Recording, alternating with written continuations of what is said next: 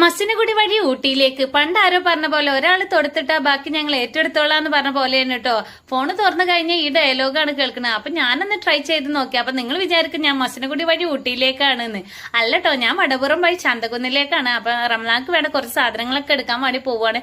ഞാനും കാക്കും മാത്രം പോവാ വിചാരിച്ചങ്ങാണ്ട് ഇറങ്ങിയതാണ്. അപ്പോഴാണ് നമ്മളെ ഐശും തനുമോള് പിന്നാലെ കൂടി. പിന്നെ അവിടെ കരച്ചിൽ പിരിച്ചിലൊക്കെ ആയപ്പോ പിന്നെ അവരെയും കൂടി കൂട്ടിയിട്ടാ. നമ്മളെ ഐമീസ് ഉറങ്ങാണ്. അപ്പൊ ശാലുവിന് വീട്ടിൽ നിർത്തിയിട്ടാണ് ഞങ്ങൾ ഈ പോരുന്നത് കേട്ടോ. അപ്പൊ ഞങ്ങള് നമ്മളെ ചന്തക്കുന്നിലുള്ള ജാംജുമിലേക്കാണ് പോന്നിട്ടുള്ളത്. അവിടെ ഒരുപാട് ഓഫറും കാര്യങ്ങളൊക്കെ ഉണ്ട് എന്ന് പറഞ്ഞ് ഇവർ ഇതിന്റെ മുന്നേ 2 ദിവസം മുന്നേ പോയിങ്ങാണ്ട് എന്തൊക്കെയാ വാങ്ങി പോന്നിരുന്നു കേട്ടോ.